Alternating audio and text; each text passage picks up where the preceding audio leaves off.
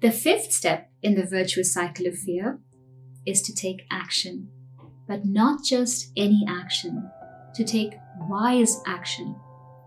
Our fear will tell us a whole bunch of things to do or not do. It will try to direct our actions and our behaviors, because of course our fear is experienced in our thoughts and beliefs.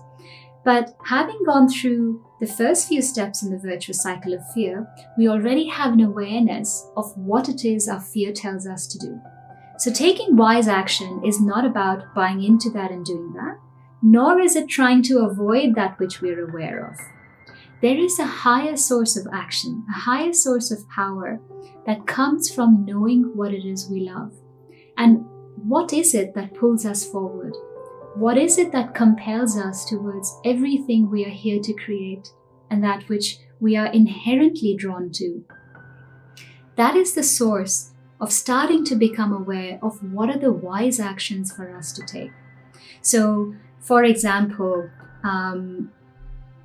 I love to have things a certain way in my home.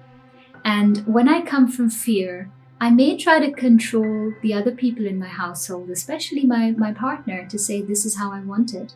But it's not wise action, because I inherently end up pushing him away. I end up coming across as controlling.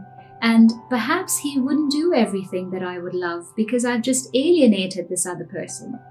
Wise action says, in the same situation, for instance, to be very clear about what I love and my boundaries, but it also says to me, allow the other person to be.